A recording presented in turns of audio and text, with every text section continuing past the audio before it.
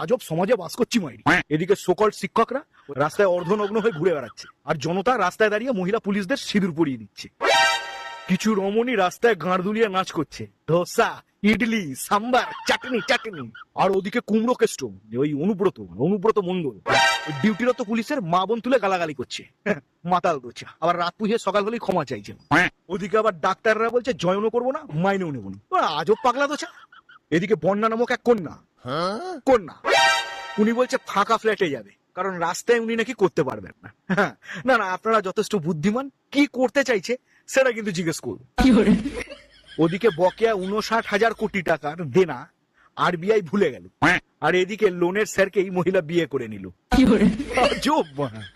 যাই হোক, সমস্ত খেটে খাওয়া জামাইদের জন্য রইল, আর ঘুষখোর জামাইদের জন্য রইল শুভ।